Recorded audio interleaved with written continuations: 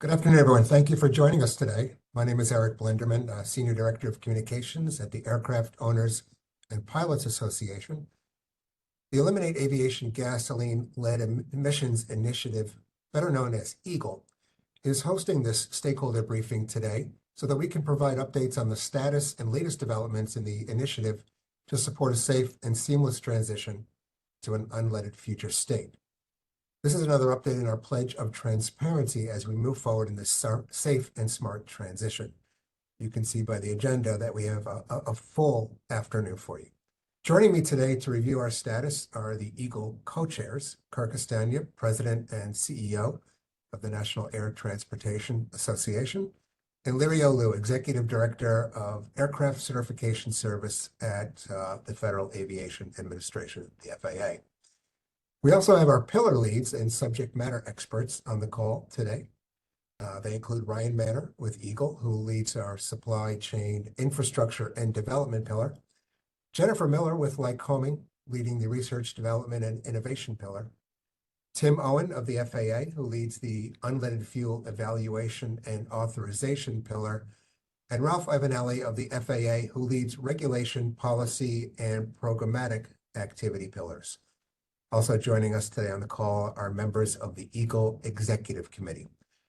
Now for today's update, we will start with opening remarks from our co-chairs, then move into updates on the status of unleaded fuels, and we'll see the work being done in each of our 4 working pillars. We have saved some time at the end for questions, your questions. Please feel free to enter them into the chat at any time, and then we will forward those questions to the appropriate speaker. At this time, I'd like to hand it to our EAGLE co-chairs for some opening remarks. Lirio?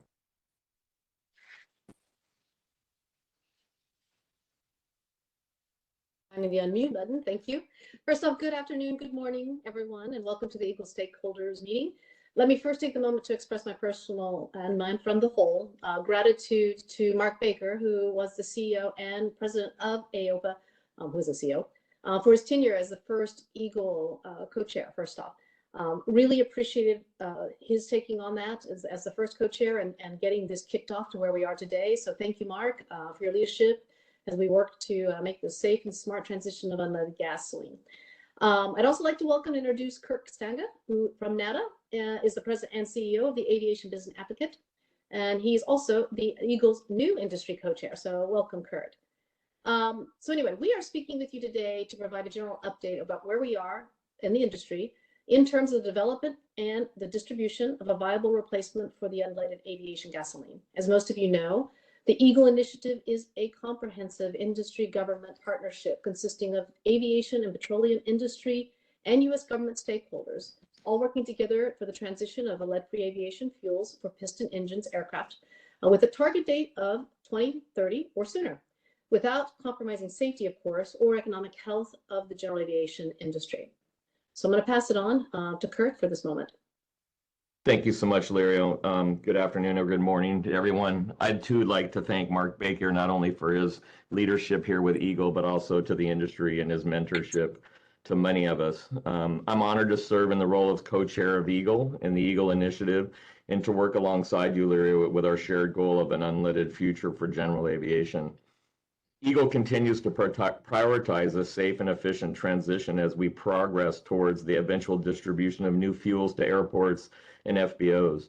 During this time, we encourage the early adoption of current unleaded fuels to act as a bridge until a commercially viable replacement for 100 low lead is available. Ensuring a safe transition is highly complex, but NATA and our industry partners are demonstrating leadership by providing education for the complete process, from science to the wing of the airplane. And to that end, NATA is pleased to offer several free resources, from guidance on introducing a second aviation gasoline, to misfueling prevention training, to our recent white paper on the factors affecting commercial sale of emerging unleaded fuels. This timely resource will help aviation and community stakeholders understand the dynamics of commercial availability, including considerations on the status of unleaded fuels, the paths to authorization, and safety concerns such as materials compatibility and misfueling. Because of the different regions across the country have unique operational environments, we must engage with aviation stakeholders in areas with significant dependence on general aviation, such as Alaska and Hawaii. Eagle's partnerships with the Alaska Air Carriers Association and the Alaska Airmen's Association will help keep Alaskans informed about the timelines for a coordinated transition without adversely affecting the state's general aviation operations nor its fuel supply.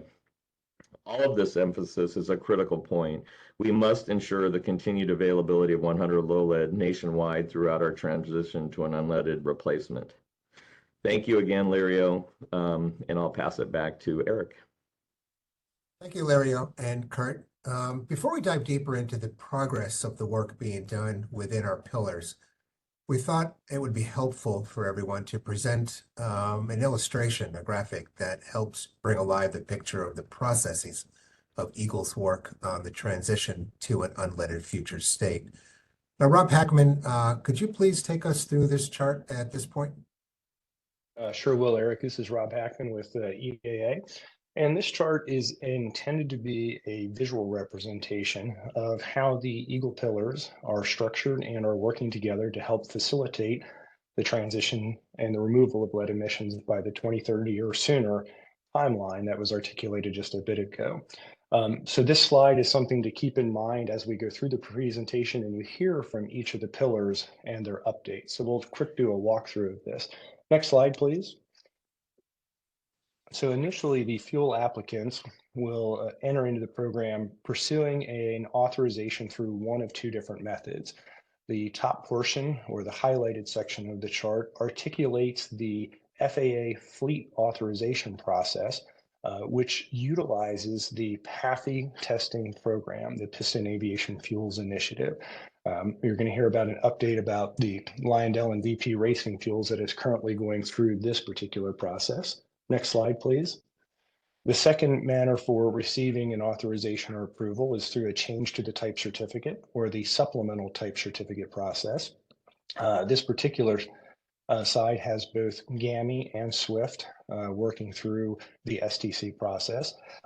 It utilizes either a company specification to control the fuel or an ASTM specification to approve the fuel, but ultimately results in an approval as well.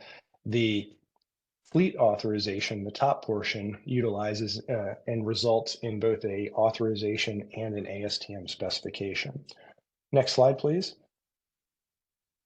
Both pathways lead to effectively an authorization for the fuel to be used in the aircraft. The next pillar, the research and development pillar, is in place, and you'll hear an update on this, to utilize any particular technologies or other systems in place to help aircraft make the transition that may need additional resources in order to transition, may need something other than the actual fuel itself to make the transition. So that research pillar is in place to support those, and you'll hear an update on that. Next slide. So the distribution pillar, supply and distribution pillar, looks at the production, distribution onto the airport, into the wing, and beyond installation of the actual approvals, and is working to provide information to folks that are in the program today with respect to current supply and distribution of our existing fuel, so that can be considered as we look at the future of new fuels. That's not to say that new fuels will follow the exact same supply and distribution. They may find others, but understanding the nature of our fuels today is important for understanding how these fuels come into place. It's through a major portion of this activity supports what Kurt was referring to, which is the commercial decisions of the fuel being implemented out into the field. This is where many of the businesses will need to make their decisions with regards to aircraft manufacturers, FBOs, fixed-base operators, flight schools, and the like. So this supports more than just the technical and regulatory portion, but the commercial and business discussions that need to take place. This is also important for ensuring that our fuel gets to the wing of the aircraft safe, dry, and on specification. Next slide, please. Each of these pillars is actually working to inform and support our remaining pillar, which is our regulatory policy pillar. This is the rulemaking for both the EPA and the FAA.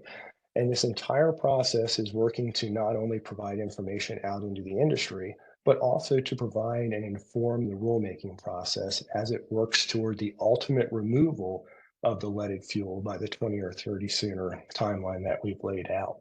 So this visual representation, we can click to our last slide, this visual representation gives you an idea of how these pillars are actually structured, how they're working together, and how they're an effort to support the process and support the key goal of removing lead emissions by 2030 or sooner. And with that, I'll turn it back to Eric.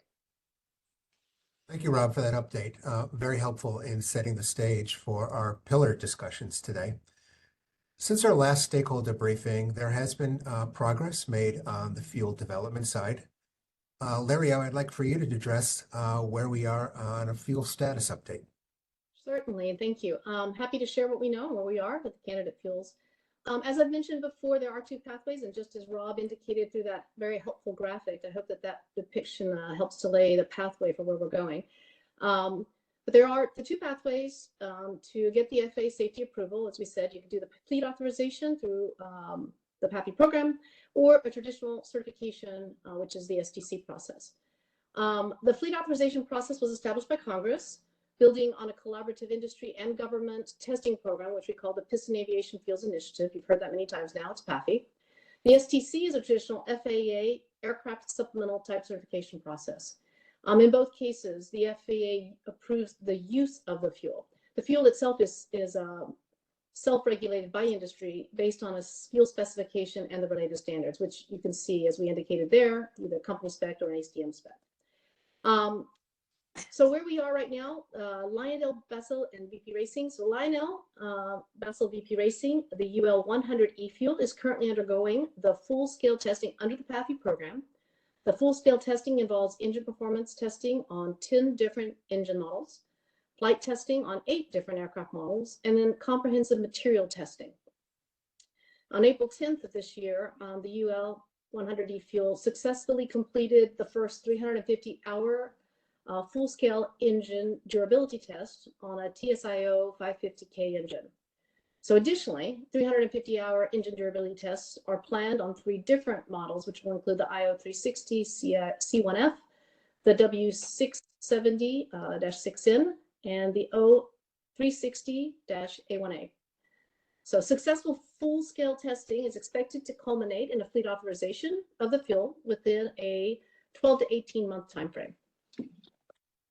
Now, the Lionel, Bessel, and VP Racing are also working with ASTM International to obtain an industry consensus standard for their fuel. And you'll hear more about the specific details of the engine and materials testing during the unleaded fuel evaluation discussion that we'll talk about later in the session. The second fuel, Afton Phillips 66, they have decided to pause their testing at this moment. Their latest fuel formulation was undergoing some PAFI testing. And after there were some deposits and signs of pre-ignition during the initial engine endurance test, there was a decision to make the pause. Phillips 66 has stated its commitment to the Eagle Vision to eliminate the leaded emissions no later than 2030, and is developing a strategy to support that vision. So appreciate that work that's continuing on the side. GAMI, the GAMI 100 UL fuel program. Right now, GAMI has an approved model list supplemental type certificate approval to use the G100 UL avgas in all certified piston engines and airplanes. They also have obtained an STC for rotorcraft and are working that project with the FAA. So they've applied for that STC right now, so it's ongoing. GAMI has submitted a flight test report for this project based on flight testing that was conducted using the Robinson helicopter. GAMI reported last week that Vitol Aviation has produced an initial production tank of approximately 1.2 million gallons of G100 UL, which is being conformed to the G100 UL avgas specification on April 10th. So GAMI and Vitol announced at Sun and Fun that the G100 UL is now available for sale. And another fuel going through the STC program is Swift Fuel. Swift has submitted all of their approved and conforming test results for an initial STC for the use of their 100R to the FAA. FAA is currently in the process of reviewing that data. Upon approval of the initial STC, Swift Fuel plans to broadly expand the approval through an approved model list later this year. Swift Fuel is also working with the ASTM International to obtain an industry consensus standard for the 100R fuel. So that's the status of the 4 fuels we have right now. Thank you, Lario. Just as a reminder for everyone, if you have any questions, please feel free to pose them in the chat, and we will get to them at the end of our session. So as you can see, there's a lot of work going on to ensure that we have a safe replacement and transition for unleaded fuel in the near future. Now let's turn to the first pillar update, which will be on fuel evaluation and authorization, and presented by Tim Owen. Tim? So the basic objectives of the pillar for unleaded fuel and evaluation authorization are presented here, which is complete the testing, identify at least one unleaded fuel acceptable for widespread use, institutionalize the fleet authorization process for unleaded fuels, and again, the education, training, awareness, and outreach. And again, the key considerations are fuel quality, safety, fleet impact, mitigations. Deliverables are the fleet authorization process, which is documented in an FAA policy statement that was published last year. Provide the authorizations for the fuels and the eligible models, the test evaluation process, test plans and test reports, lessons learned, and interface with the other pillars to assist them in accomplishing their goals. Go ahead, please. So we divide the PAFI program is currently divided into 4 or 5 gates. The first 3 gates are what we called pre-screening or initial testing. That was an outcome of lessons learned from the initial PAFI SIR program, where fuels made it into the program and failed on the first durability test. So as a lesson learned, it was a requirement to get through gate 3 to pass that, what the bottom one there, the mini durability test.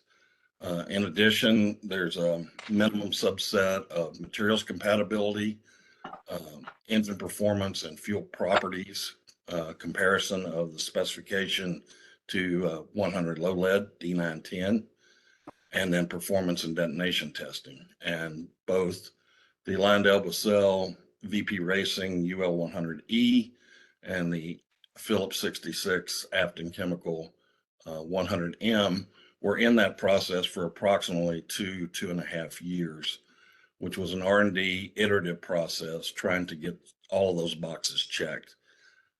As Lario mentioned, the Afton Phillips 100M did not complete the mini durability test successfully. The LyondellBasell VP Racing UL100E did pass that test on a TSI 550K in November of last year. At that point, we proceeded into full-scale testing, which heads toward gate 4, which is the completion of all that testing and provisions for performing the fleet authorization and the ASTM specification. In that, there's materials compatibility, of which about 20% is complete. Performance and detonation testing on 6 different engines models, that's about 5% complete. The durability portion of the testing is about a quarter complete. There's been 150-hour endurance test followed by a 200-hour flight cycle test on the TSI 550K, and that will be done on, as mentioned, on 3 other engine models. Propeller vibration testing to evaluate stress levels, that's really just starting, and then the aircraft flight testing, which has not started yet. Go ahead. So those are laid out on this chart, those 5 elements. Detonation and performance shows the engines models that will be tested. We're currently testing a Continental TSO 520 VB. We will also retest a Lycoming TIO 540 J2B, Lycoming IO 540 K185, Continental IO 550D, Continental 0470U, and a Pratt & Whitney large radial DC-3 engine, an R1830 S1C3G. And we're about 30% done on the initial test in the full scale. On the durability and performance side, we've completed the testing on the Continental TSI 550K. That engine was set up to the Cirrus SR22T fuel flows and ratings, and was from all quick look assessment, a very successful test. We still have to tear down the engine and perform the measurements. We will additionally test the other engines shown here, the IO360C1F radial, the W670-6N, and an DA1A. The aircraft testing protocol consists of a helicopter, a Robinson R44-2, a turbocharged Cirrus SR22T, Beechcraft Bonanza, a Cessna 206, twin, a Cessna 402C, the Piper Malibu PA-46-350, a Cessna 182Q, which is a carbureted engine, and a radio-powered aircraft, a T6 Harvard 4. There's some additional testing that is required, propeller vibration, cold starting evaluation, and capacitive gauging testing that will all go into the final reports. And then the last category there is materials compatibility, and it's broken out into several categories. The little numbers there indicate how many different elements are tested. For example, on metallics, there are 32 different metals that are tested for compatibility, and the charts show where we're complete. We're a little over 20% complete overall. Some done on metals and non-metals. Most of the paint testing is complete. About a third of the polysulfides, all the O-rings, aircraft hoses, and then there's the others you see there, the distribution system, fuel bladders, composite resins, complete composites, some OEM identified materials they thought were critical. And then the 4 of the OEMs are performing their own dedicated simulated wing testing to evaluate performance and compatibility. Go ahead. So to that point, it's going to take about 50,000 gallons of fuel. The little drums you see there have been sent already to those locations to perform that materials compatibility OEM testing and a little bit of the propeller vibration testing. But that's where the fuel will be headed, we believe. Go ahead. And this is the overall process to get to the authorization. So each of those tests you see on the left side with some progress bars. The results of that testing is used a couple of places. So the blue lines indicate, the testing informing what is the eligible fleet for the fuel.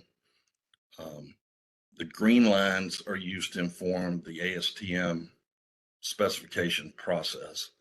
So it's a 4-step process on the ASTM. There's a research report followed by a test specification, and then there's a final research report that follows with the production specification. So the results of all the testing go into that ASTM specification. Additionally, they go into the modification of the R&D pillar to look at potential modifications that may or may not be required to make those aircraft eligible to utilize the fuel. And those all come together and are determined with what the eligible fleet is, and that goes into the fleet authorization documents that are defined in that policy statement. Go ahead. Okay, thank you. Thank you, Tim. Our next pillar update will be on supply chain infrastructure and deployment. And with the progress being made on the deployment side, this is a very important next step. Ryan Manner, could you please take us through your update here? Sure, thanks, Eric. Next slide. So this is the pillar foundation slide you've probably seen before. It's available on the website. At a high level, the objectives are to support, facilitate, and evaluate the various aspects of the transition to unleaded avgas. We're taking a systematic, data-driven, and collaborative approach, ultimately helping to ensure that it's a safe transition in terms of aircraft operations and fuel quality throughout the transition. Next slide. So I'm going to use the slides or the kind of as backdrop, the slide that Rob went through, and focus on the supply chain infrastructure and deployment. Again, within the context of the big picture.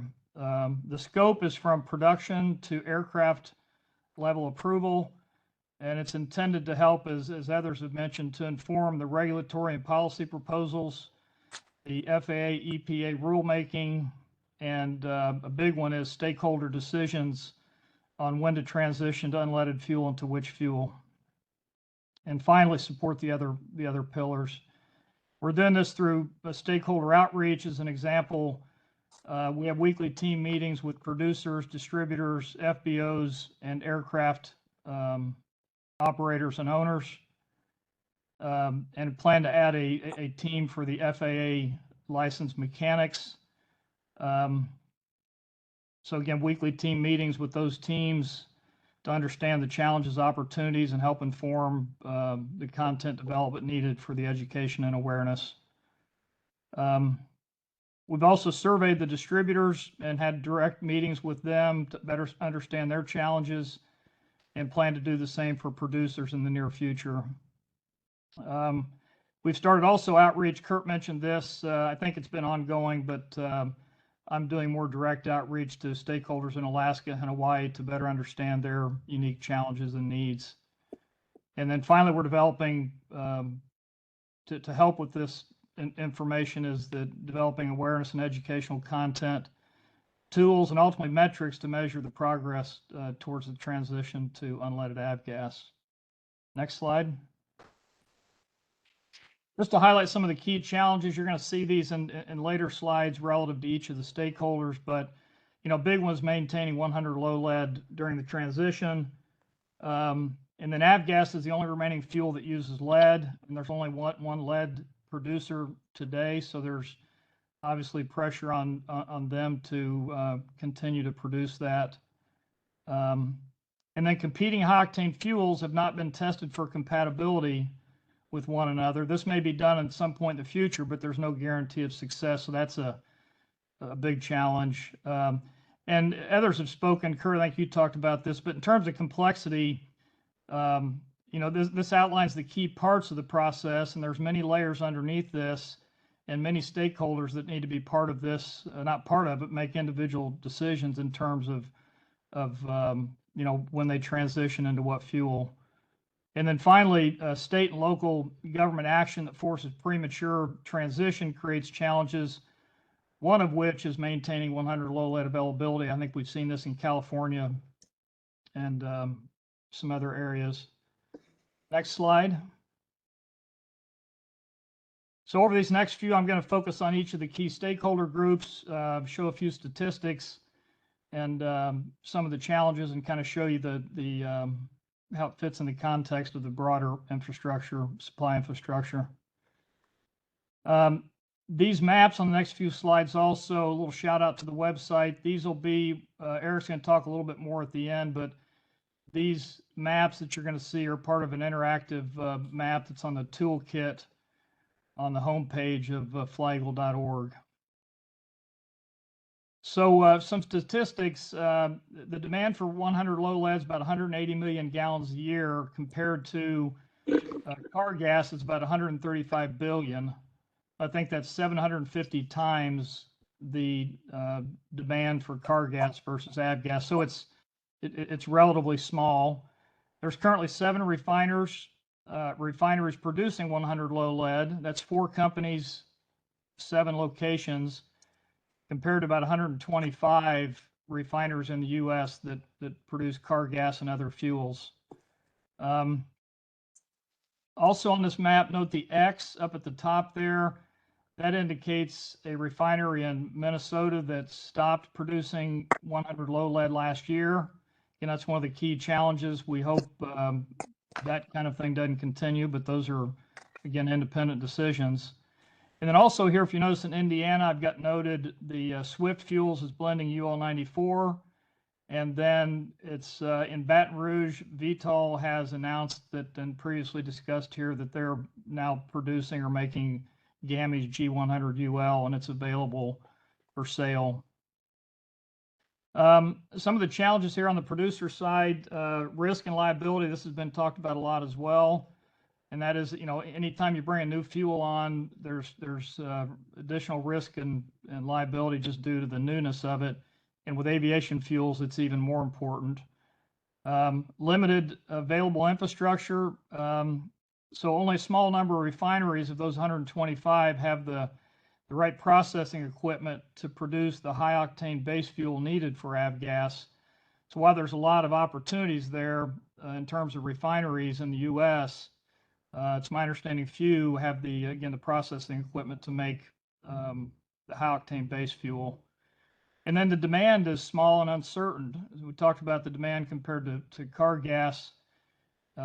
So it's a bit of a challenge to get up and running with the already small demand. And then with avgas still in place, the startup quantities are pretty small, which makes it difficult. Next slide. You'll see the theme here. The risk is kind of throughout this supply chain. So some statistics here. The blue dots are the terminals. The red dots are the refineries. There's about 15 distributors and about 35 distribution terminals in the U.S. Product moves by truck, rail, and water.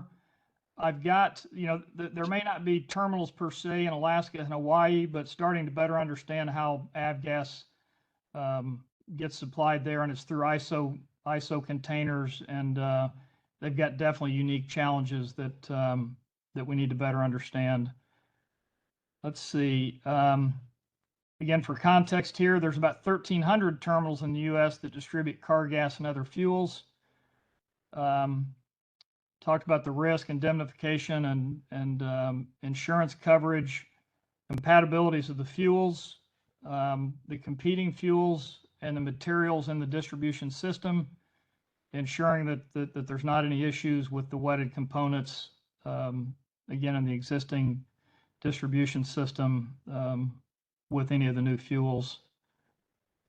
Supply availability and security, again, there are small quantities, long distances to cover. As Rob mentioned, these new fuels will likely use a similar infrastructure that's out there today, but it doesn't have to be that. As an example, on the refinery side, there may be more blending going on than just full refining of the end product at a given refinery. So that's going to probably be unique in this transition. And we talked about the state and local mandates that force premature transition, obviously creates challenges. Next slide. So FBOs, there's about 1,500 or 3,500 FBOs selling avgas today, 100 low lead. Challenges: low demand, supply availability, infrastructure constraints. Only a small percentage have a second tank for another fuel. And then on the risk side, misfueling risk, having multiple grades of avgas. Today, there's just one. So when you introduce additional grades, that creates additional risk. And then again, insurance coverage as well. Next slide. Owners and pilots.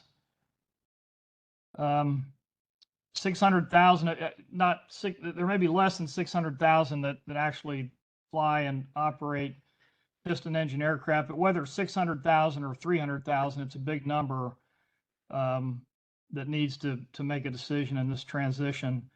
Again, unleaded fuel availability. Right now, there's, I think, 180 locations in the U.S. that sell MoGas or car gas, and 35 that sell UL 94.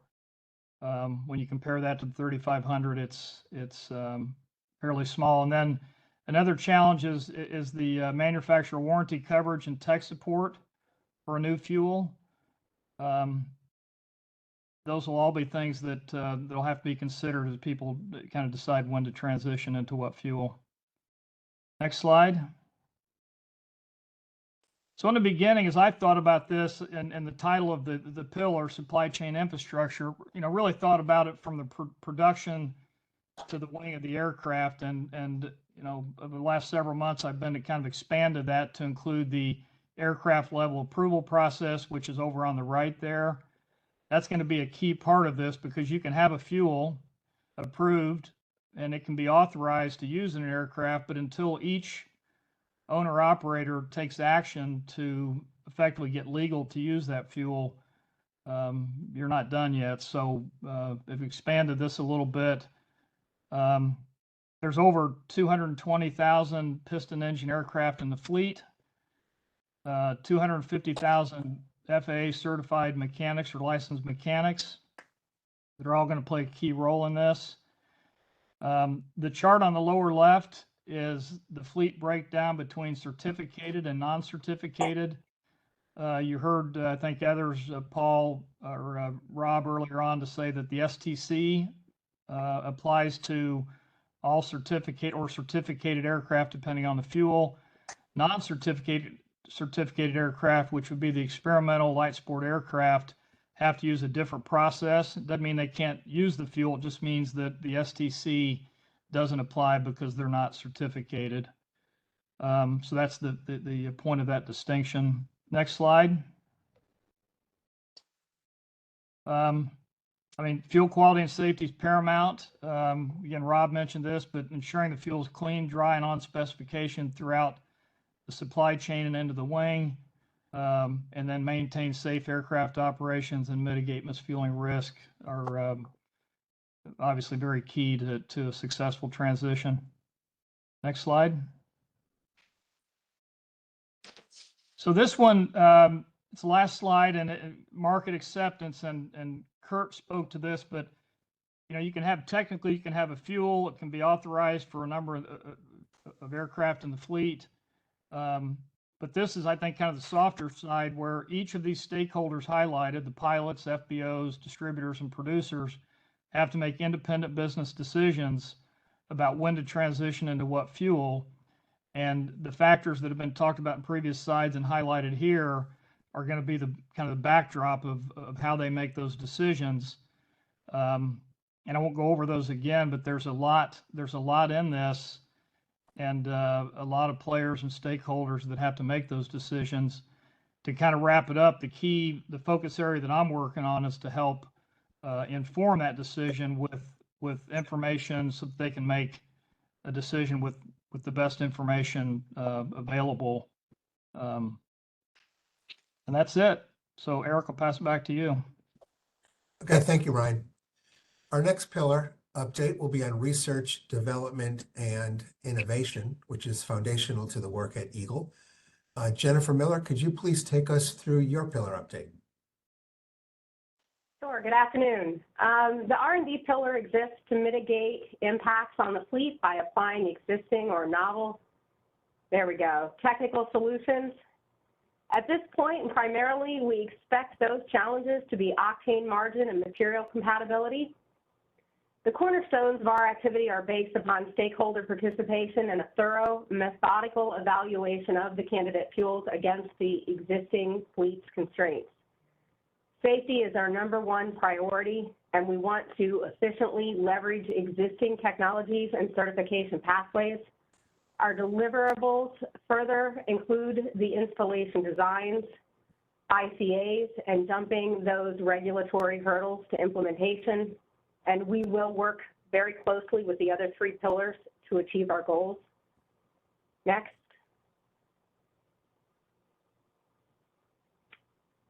You heard Ryan speak about the fleet registry. The FAA fleet registry is a tool foundational to the R&D objectives. A deep dive into the registry gives us over 222,000 entries, of which only about 80% are certificated. The rest are made up of experimental, special permit, or other oddball categories. We have 146 engine manufacturers, over 3,800 airframe manufacturers, 1,785 certificated engine models, over 7,000 aircraft models. And it's probably intuitive that the top 3 engine manufacturers are Lycoming, Continental, and Rotax, but there are 143 engine manufacturers accounting for less than 9% of that fleet. And this slide exists to illustrate the complexity of the task before us. And we're going to use this catalog to rack and stack the demographics of the fleet so that we can prioritize the work ahead of us.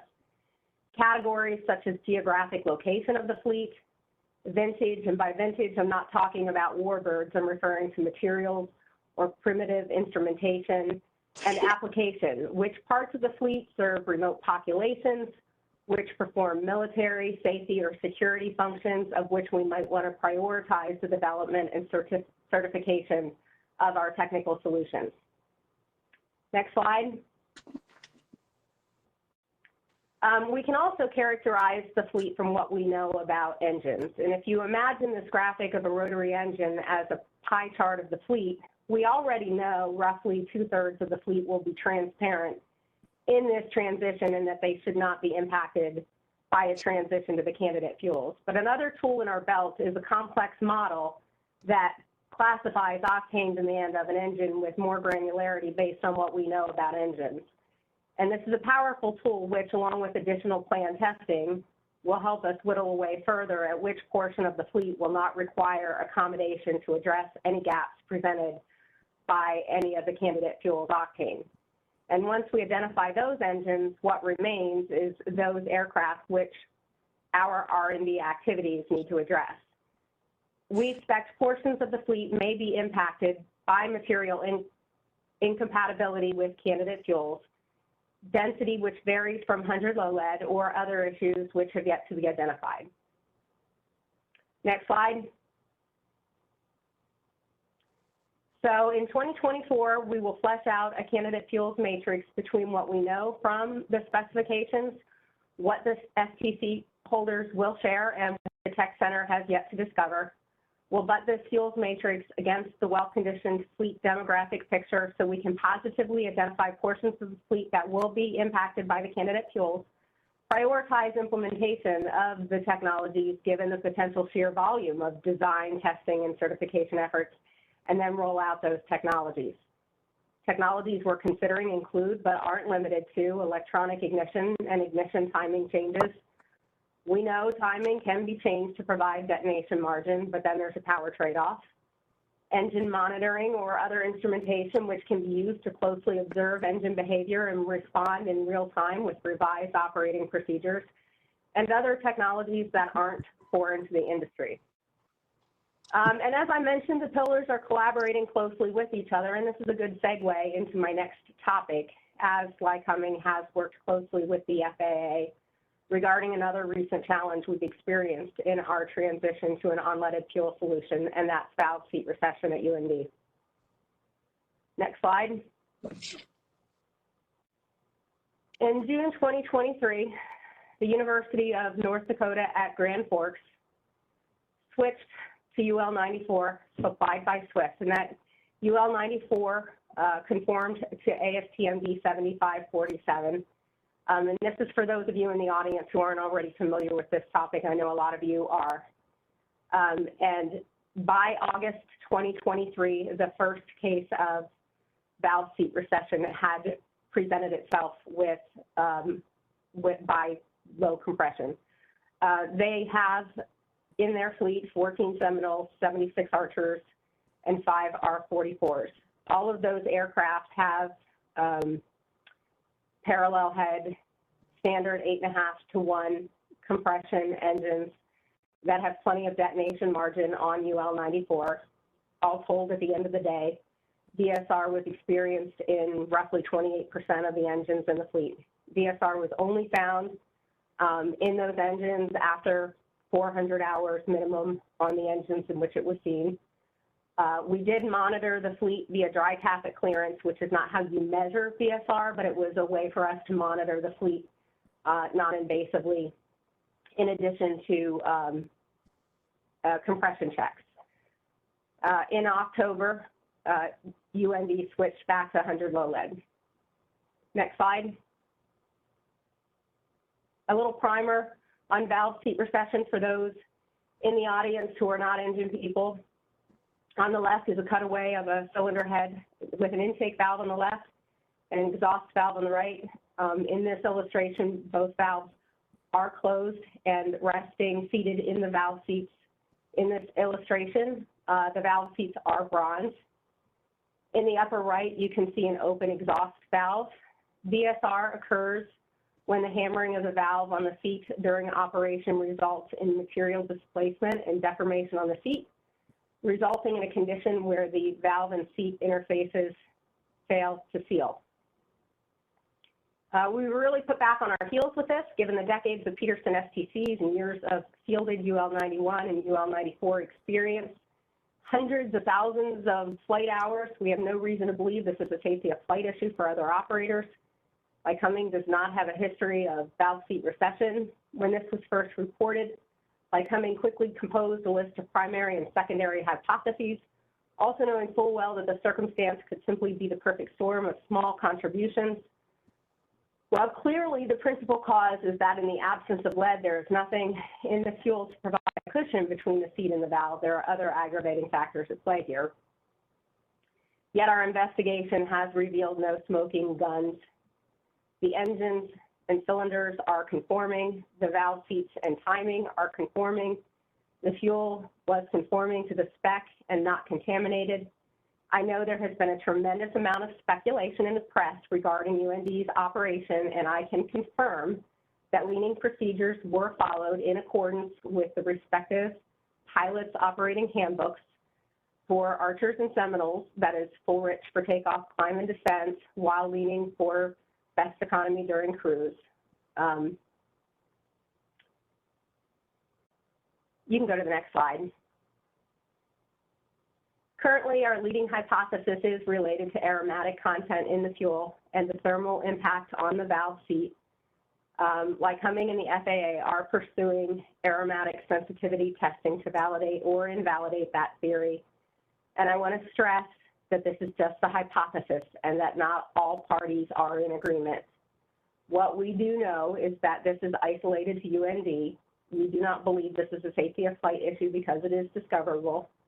The FAA, UND, Lycoming, and Swift are working closely together with other members of the industry to isolate the cause. And we also continue to stay in close contact with other users of UL94 at non-UND locations while we perform our testing. And the bottom line is that any learning now early in our transition process, whether we feel otherwise or not, is a gift. Because the sooner we know, the sooner we can respond, and that will inform our path forward in the transition to an unleaded future. And that's all I've got for today. All right, thank you, Jennifer. Our fourth pillar update will cover regulation, policy, and programmatic activities. Last October, the EPA issued an endangerment finding which advanced the process for rulemaking and other regulatory steps by the FAA. And now, Ralph Ivanelli, would you please update us on where we are in the regulatory process? Yeah, thanks, Eric. Hi, everybody. Ralph Ivanelli here from the FAA. So it's true that when the EPA did their positive endangerment finding for lead emissions from piston-powered aircraft engines, it bestowed on the FAA a new set of authorities. It came down through statute 44714, which is the orange circle with number 4 next to it. This new statutory authority allows the FAA to regulate fuel components, in this case lead, as well as fuel additives. And so FAA is embarking on how to map out that rulemaking, and in parallel, the EPA is also considering their rulemaking for lead emissions from piston-powered aircraft. That's in circle number 2. And so you can see that the positive endangerment finding kicked off 2 regulatory actions that need to happen. We are currently working on rulemaking right now and discussing it with EPA as far as the way we would regulate. And it could be in joint rules, it could be in sequential rules, it could be in a different fashion. So we are taking it seriously, and we're trying to get the rulemaking going as soon as possible. Obviously, what you've heard over the last 20 or an hour and 20 minutes or so has been a lot of the details that lead to an informed rulemaking scenario. And this is what we're after here. Technologies and costs are very important when it comes to evaluating rules. And so we will be doing that along with EPA. And we plan on kicking off rulemaking this year. Our rulemaking process will be very normal. It will comprise of a notice of proposed rulemaking, a draft rule, open for comment, and then, of course, the final rule after that, after we address comments. So it's a very normal process. And then, of course, there might be some additional rulemaking as far as engine emission certification on the FAA side. We're still holding that out there as a possibility. So that completes the 4 rulemakings that you're seeing on the screen here and how they're coupled together. And with that, I'm going to pass it over to Will Reinhardt, who will talk about some airports. Please, Ron. Will. Thank you, Ralph. Hi, everybody. Will Reinhardt here with the FAA Office of Airports. So really just wanted to briefly revisit the fact that we continue to emphasize the constructive actions that airports, service providers, and airport users can take to support the transition to an unleaded future. And pretty much every forum, we always kind of like re-emphasize these items, and those are kind of working to offer unleaded fuel types while maintaining 100 low lead, increasing distance between run-up locations and people on and off airport, minimizing engine idle time and run-up time, promoting airport and pilot awareness. In addition to that, we also really put an asterisk next to the importance of planning for a transition. So airports that are conducting a master plan, scoping a master plan, or even thinking about a master plan, we're really encouraging folks to plan for a kind of a predictable and orderly and safe transition. So plan for that, include it in your process, and I think we'll all be better off. And then on the topic of the things we emphasize, I just want to emphasize there are many examples across the U.S. Where airports are exemplifying these constructive actions. And the things that we're seeing range from procuring new tanks to store and dispense unleaded, leveraging existing spare tanks, purchasing fuel trucks to bridge a gap in infrastructure, municipalities, cities, counties, states, or not so much states, but basically governmental organizations working to find creative paths to fund purchase of STCs at a given airport. And of course, planning for a safe and orderly transition. We have examples of airports doing that and really working hard to find a path forward. And that's pretty much all I got. Pass it back to Maria. Actually, it's Eric. Thank you, Eric, sorry. Ralph. No problem. Thank you, Ralph and Will. Our final update for today is to address our updated website, flyeagle.org. We've made enhancements to the website so that it's easier for you to find the latest information and news from Eagle, as well as other important information regarding the path forward to our safe and smart unleaded transition. The website now includes stakeholder resources and an interactive toolkit. We invite you to visit the updated website and use it as a valuable resource going forward. And as always, we invite your feedback. Just some of the things that you'll see within the interactive toolkit, airport and logistics maps, guidance on transitioning a flight school to unleaded gas, and also a big picture slide that provides an overview of all the players involved in the full transition. You'll be able to see some media coverage that is focused on our transition. You'll be able to connect with us on X, also known to some still as Twitter. And you'll have the ability to join the Eagle mailing list, stakeholder list, and register for future stakeholder meetings. Again, we invite your feedback. Please let us know what you think of the website and your thoughts. At this time, we are happy to answer your questions. As a reminder, we ask that if you still have one, you can submit it through the chat. I'm going to call on Andre Castro to see if we have any questions for our presenters. Thanks, Eric. Yes, kind of our first question actually came in last week, and it has to deal with the UND foul seat recession. The question is, will the issue slow the progress toward a universal unleaded fuel, as well as, what does Eagle recommend for the next action regarding the VSR issue?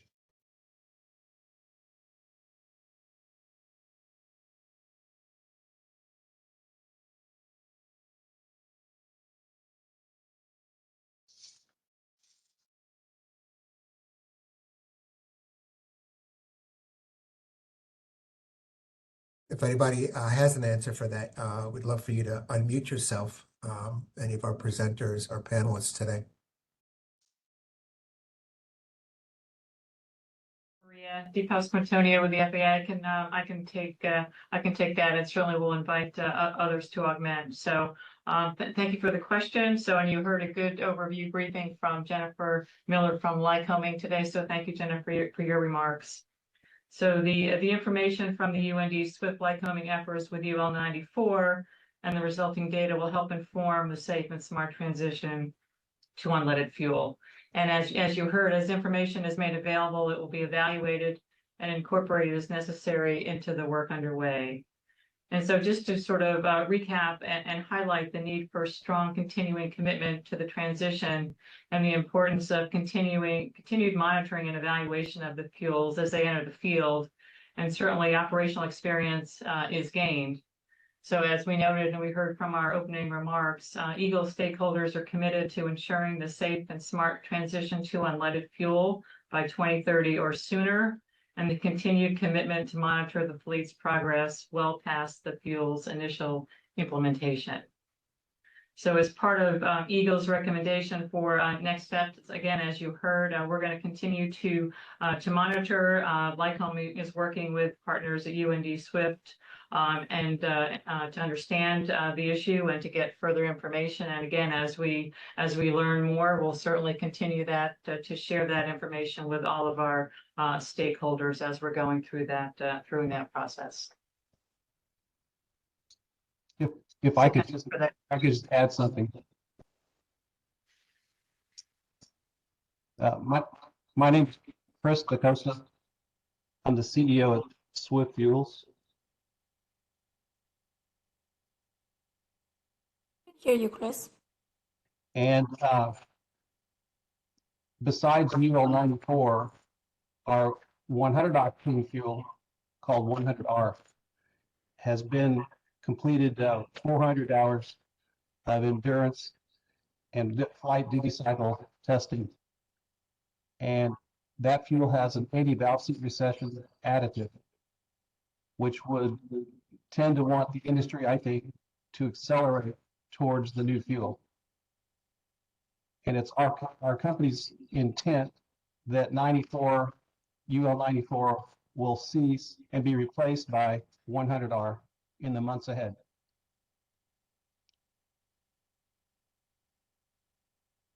Thank you, Chris. Our next question came during Tim's part of the presentation. The question was, what is the test condition parameters that were in kind of that Gate 4 PAFI presentation that you gave, Tim? Yeah, I think we've discussed that at prior meetings, but in general, the detonation and performance involves comparing the horsepower generated between 100 low lead and the test fuel. Detonation is tested through the envelope of engine operation, which includes altitude conditions and hot day conditions. The aircraft test protocol consists of handling, starting, leaning, then it's followed by a cooling climb, a cooling test, as well as a hot fuel test. Propeller vibration is a comparison of the vibratory signature obtained from the blades and the hub of the prop, compared between 100 low lead and the test fuel. The durability testing is a 150-hour 3349 endurance cycle which is run at high temps for a large part of that and a lot of high power, followed by a 200-hour flight cycle simulation that does, start, taxi, take off, climb, cruise and it alternates between best power and best economy cruises. The materials testing is mainly laboratory testing, with the exception of the OEM wing tests, which are in progress now, which actually do more of a fit for purpose test on either a wing or a simulated wing or an aged bladder, for example. But yeah, the entire engine operating envelope is mapped out at those corners of that envelope to make sure that the fuel is compliant. And as far as valve seat recession, that is a part of the durability test, always has been. The test we just completed did not show any signs of advanced valve seat recession on a Continental engine. We had a couple additional questions kind of regarding PATHY. Another one is, can you please confirm that the PATHY process is to identify a true drop-in fuel?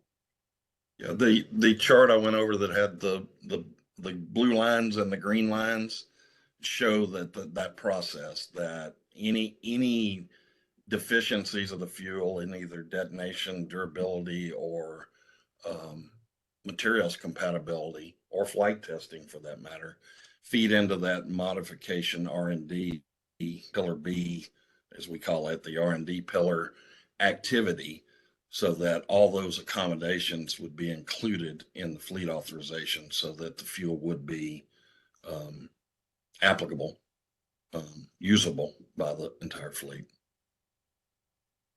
Another question I was posed on PATHY was what paperwork will be needed to add it to the aircraft pilot operating handbook for a PATHY fuel candidate? Yeah, we did cover that in prior meetings, but it basically involves, per the policy statement, there are 2 documents that'll be produced for each fuel. An eligible fleet authorization summary report, which is the technical data supporting all of that with the instructions for how to implement the change. It will involve a placard. It will involve an addendum to the POH or equivalent that shows the fuel is eligible, and it will require logbook entries. Kind of our last set on the PATHY. If the PATHY process, fails to identify a suitable fuel, what's the next step? We went through this with the original PAFI program. We had 2 fuels get in. There was a lot of pressure to get that going. It started, and we ran into problems. So those lessons learned were rolled into that gate 1, 2, and 3 process to ensure that there was a high likelihood of success for any fuels that made it into the full-scale testing. And currently the Landell, Basel, VP Racing, UL 100E met all of those requirements. So we have a high confidence level that it will complete the rest of the testing adequately. There may be some accommodations that will have to be made for a small percentage of the fleet that will be incorporated in this process as well. Thank you, Tim. Our next question kind of came, Ryan, during your presentation. The question is, is there a special consideration for stakeholders in U.S. territories, including Puerto Rico? Yeah, we haven't made much outreach in that area. It is part of the map, so it's on the radar now. And so I think just by virtue of this question, I think that's a go-do to reach out and along with Alaska and Hawaii to outreach the U.S. territories to understand their challenges. So I'll take that as a action. All right. Next question, kind of a little bit larger. Is 100 octane the minimum level that will be approved?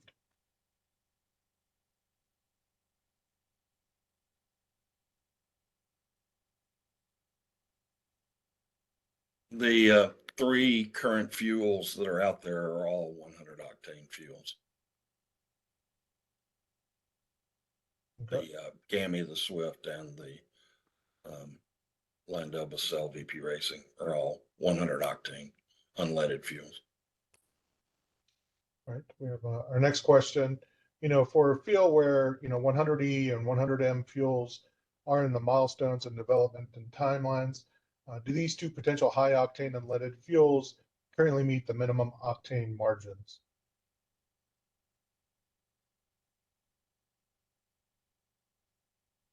There are some points on certain engines where 100 octane does not appear to be enough detonation margin. And that is the focus again of the R&D pillar, to identify accommodations to make those fuels usable in those engines and aircraft. Next question. Has the EPA performed preliminary assessments on all fuels to ensure that the endangerment to the environment, since this is the main driver for eliminating lead?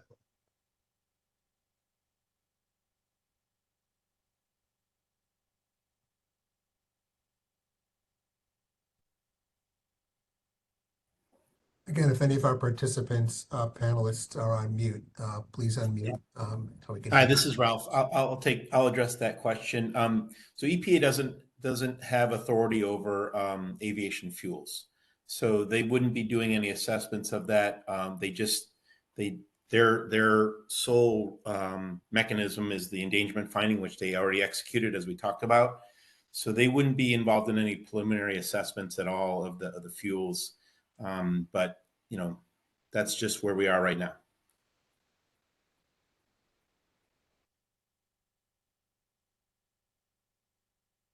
All right, I'll move on to we got two more questions here. The plaintiff in the legal settlement in California has demanded that the FBO supply unleaded fuel when it is commercially available.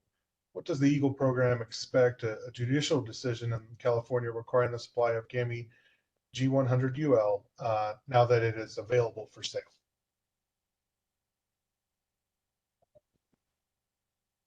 I'll take a crack at that one.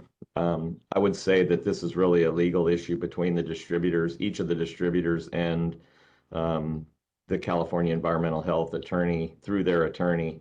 So I don't think it would be appropriate for Eagle to comment on those legal considerations that the distributors would make, other than to say that the definition of commercially available has really extended beyond the issue of just volume of fuel, but also risk mitigation, pricing, and other issues that implicate that or impact that. And so I think those conversations are ongoing between the legal teams on whether or not CEH pursues that further. There's risk to that. But I think our focus needs to continue on the process for testing for the new fuel and the distribution of it. Yeah, and as the second co-chair, thank you, Kurt. I would agree with what he's commented on here. So, Final question here, regarding PAFI, what sort of accommodations or limitations would you see as one of these fuels, altitude, RPM, or other operating constraints?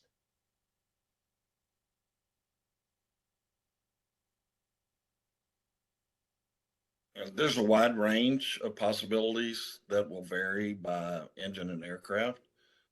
Jen covered a lot of them in the R&D pillar briefing, but yeah, I mean, it could be different limits above a certain outside air temp. It could be a timing change, ignition timing change. It could be CHT limit changes, could be critical altitude.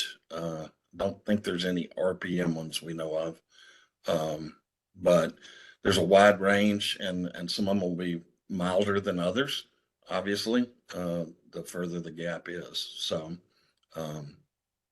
again, we're, as part of the testing protocol on the detonation test, we are running sensitivity for ignition timing, outside air temp, manifold air temp, cylinder head temp. So we will have a lot of that data to inform Pillar B of where we need to apply resources to make the proper accommodations. Thank you, Tim. There was one final comment. I'll just kind of read it. The answer was also given in the chat. Is if the GAMI 100UL is available for sale, The reply was, yes, it's available for sale. Please email avgas@vitol.com. With that, that kind of concludes the questions that we received, Eric. Actually, I think there was one follow-up question. Should Eagle reach out to the EPA to do these assessments? Oh, I'm sorry. Hold on. Let me, yeah, I think that was it. I would add, and I'll let Lirio comment too, that I'm sure that Lirio's team and the FAA testing team is in coordination and communication with the EPA. And so there are discussions addressing those. I'm not sure specific to the question about that was relative to the other materials and other fuels. But I think there is discussions relative to the timing of the EPA in the rulemaking that the FAA has to do. Lirio? Yeah, I was wondering if our rulemaking pillar was going to step in, but we've been actively engaged with our counterpart agency and working with them to coordinate our action. So that's ongoing. I think that'll address the question as you indicated. So we have the conversations and the timing is being adjusted so that we can take the appropriate action together. There was one final question, and this will kind of wrap up our Q&A. If more than one fuel is certified, what's the plan to ensure that all fuels in the market are compatible with each other?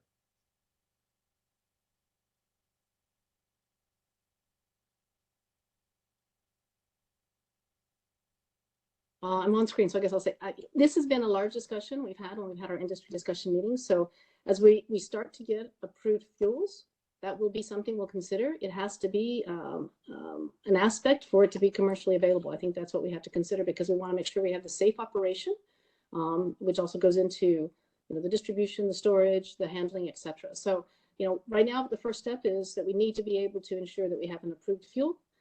That they're available there, and once they're out and they're being distributed, we will ensure that they have that fungibility. That's something that is going to be looked at, and the industry will be addressing that because the intent is to be safe, and that has to be considered. Lirio, I would just add, as you noted, we've had extensive conversations about that topic, and I think ultimately the industry, airports, and FBOs that sell fuel will need to consider those elements when they're deciding how to implement their programs, either bridge programs today or conversions to fuel in the future, to eliminate the potential for misfueling and those risks that happen. That's just another example of the concern relative to the fungibility and the commercially available language that FBOs and airports are now considering in the distribution network.